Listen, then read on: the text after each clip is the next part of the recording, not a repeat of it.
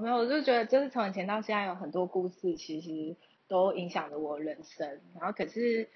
对我来讲最重要莫过于就是我 partner 罗乔伟。那最主要就是呃我们一起努力打拼到现在，然后不管他在或不在，曾经一起追寻的那段时光以及过程中的点点滴滴，对我来讲都是非常珍贵宝贵的。那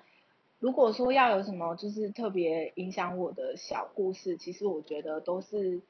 嗯，不管他在或不在之后，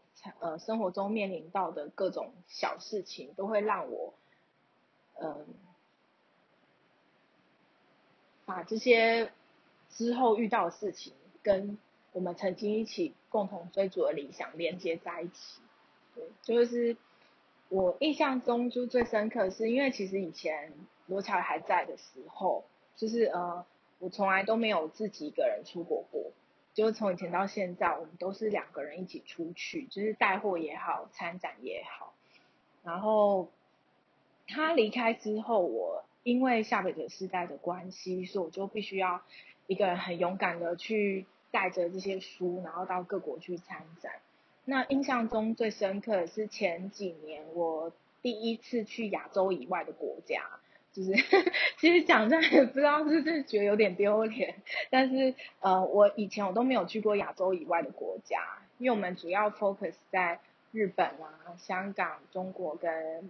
韩国的书籍。那我之前鼓起勇气自己一个人去纽约，那对我来讲是一个很特别的经验，因为呃，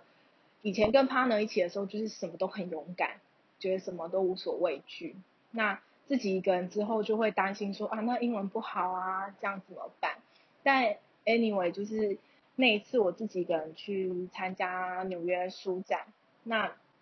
其实那段时间的状态一直不是很好，因为那是他离开之后的大概一两年的时间。那我一直觉得自己很辛苦，因为可能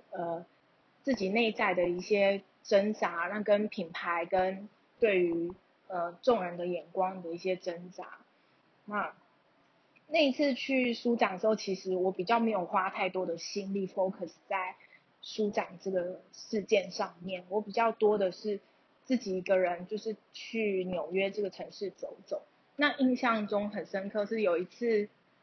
就是我算是有点逃离书展的现场，因为觉得有点就是没有办法呼吸这样，然后我就想说自己一个人到布鲁克林的那个就是他们往那个海边那边去，自己一个人乱走这样。那后来我就意外到一个很小的书店，然后因为其实英文也不是很好，可不知道为什么就看到一个外国作家、欧洲作家的书籍，然后我非常的被他吸引，因为我不知道为什么，我突然间我看得懂里面写的文字，因为它是一本类似它里面有摄影，然后也有就是比较多是重于它的文字文章，它是在写内容是这样子的，就是呃他漫无目的的到了一个城市，然后他偶然的看到了一个人，然后他被他身上的穿着、他的眼神、他的气息跟他的味道，以及他种种举手投足间的行为吸引，所以他就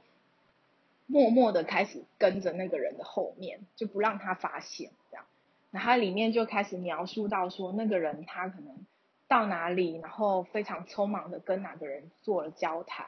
然后他在揣测那个人跟他是什么关系，然后他可能神情又怎么样转变，突然间离开了这个地方，然后可能又沿着哪个桥下走去，然后可能就是又好像很隐秘的不知道在跟谁就是接触或打了什么电话。然后最后就是的场景就是他追到一个很大的广场，可那个人突然消失不见。对，就其实这是一个蛮简单的故事，可是对我来讲会觉得就是我就是完全的被这种怎么说，就是就我觉得从以前到现在，不管我 partner 也好，或者是我们一起努力做独立出版这件事情也好，其实都是从一个很小的事件开始，或者是这个艺术作品它很特别，非常吸引我们的特质的地方开始追寻。那一开始我们也不知道自己到底在做什么，但就是因为可能个性很天真，然后被各个这种不同的小故事所吸引，所以我们就嗯很勇敢的，就是追着他们，在他们后面，对，去挖掘也好，去探索也好，对，然后我觉得就是在那一个当下，我觉得自己好像松了一口气，会觉得其实所有的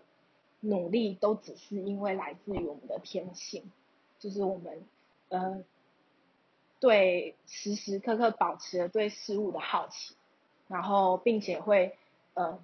勇于踏出第一步去追寻它，对，